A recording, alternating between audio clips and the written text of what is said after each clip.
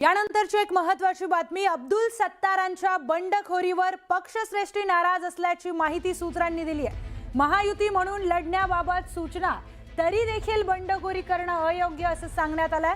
सत्तारांनी मित्रपक्षाबाबत केलेल्या वक्तव्याबद्दल नाराजी असल्याची माहिती मिळते। दोन्ही शिवसेना एकत्र या वक्तव्यावरून आता पक्षांतर्गत नाराजी आहे का अशी माहिती समोर येते। छत्रपती संभाजीनगर जालन्यातील शिवसेना नेत्यांच्या बैठकीची शक्यता आहे, तर पक्षश्रेष्ठींनी सत्तारांना भेटीसाठी बोलवलंय। सत्तार छत्रपती संभाजीनगरमधून निघालेत, मात्र अब्दुल सत्तार सध्या नॉट रिचेबल असल्याची माहिती सूत्रांनी दिली आहे।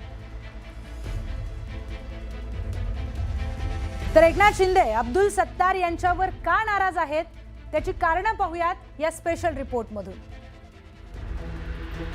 जी परिस्थिती निर्माण होते ते स्लो पॉइझन आहे।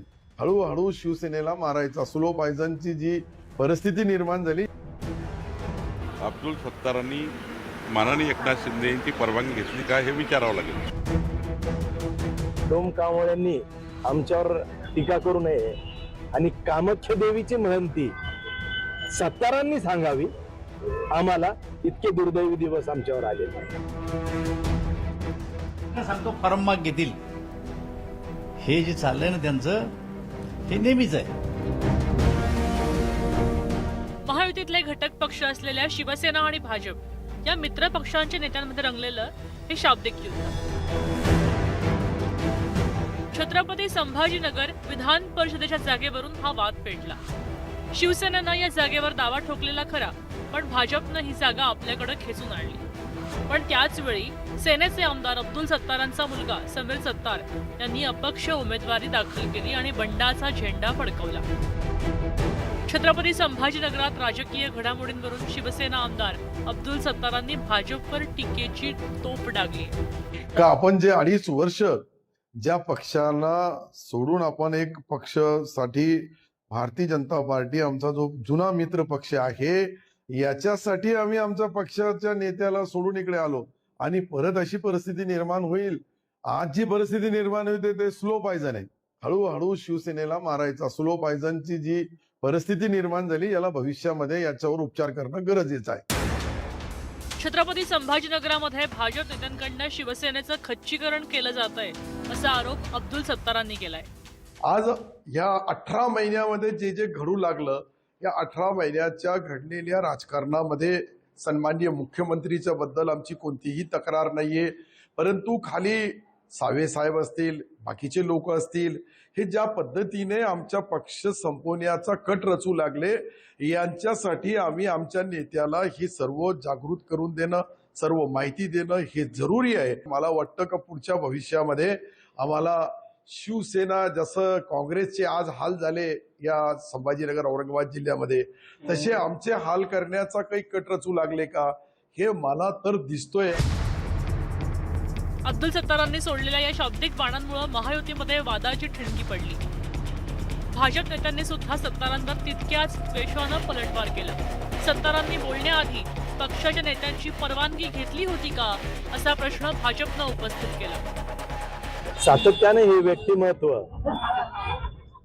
स्वतःच्या पक्षाच्या नेतृत्वाला आव्हान देत राहिले। ते ज्याही पक्षात राहिले, सातत्याने श्रेष्ठीला आव्हान देणारे नेतृत्व राहिलेले, आणि त्यामुळे डोम कांवळ्यांनी आमच्यावर टीका करू नये आणि कामाख्या देवीची महंती सत्तारांनी सांगावी।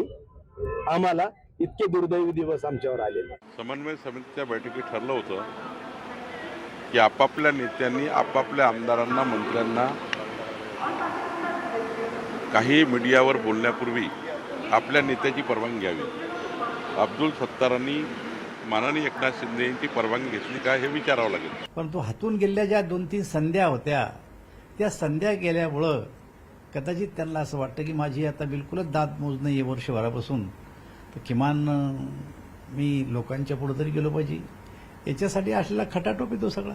आणि मग आणखी काही बी खेळ जमू शकतो का, याच्याशिवाय दुसरं काही गणित नाही आहे। त्यामुळं तुम्हाला खात्रीनं सांगतो, ते फॉर्म माग घेतील।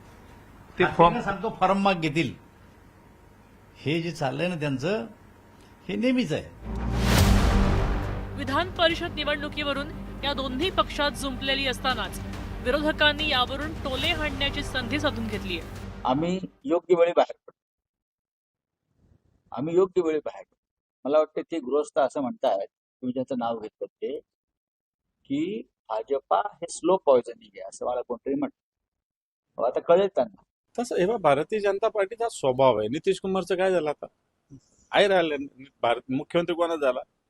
भाजप झाला. नितीश कुमारचा से सुद्धा राहणार नाही येणाऱ्या विधानसभेला. गोव्यामध्ये मगोपचं काय झालं? काहीतरी राहिलं? बिलकुल राहिलेलं नाही.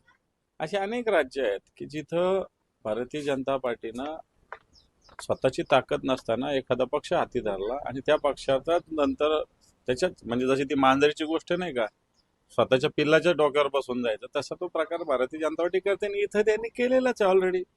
सत्तेसाठी अस्वस्थता आहे, नाहीतर उद्या जाऊन आपल्या पक्षाला खाल्लं जाईल याची अस्वस्थता असू शकते. पण विषय एवढाच आहे की भाजपला पण कळलेलं आहे की फक्त गुरगुरलं जाईल.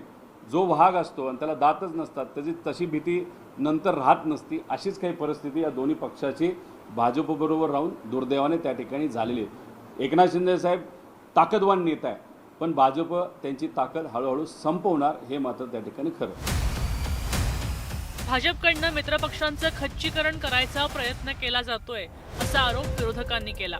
त्यात आता अब्दुल सत्तारांसारख्या शिवसेनेच्या आमदारांना थेटपणे भाजपवर आरोपांच्या फैरी डागल्या, वादाला तोंड फोडलं. या सगळ्या पार्श्वभूमीवर शिवसेना आणि भाजपामध्ये हे मतभेद कमी करण्यात दोन्ही पक्षांच्या वरिष्ठ नेत्यांना यश मिळणार की मतभेदाची दरी आणखी रुंदावणार हे आगामी काळात स्पष्ट होईल. Bureau report, news 18 Marathi.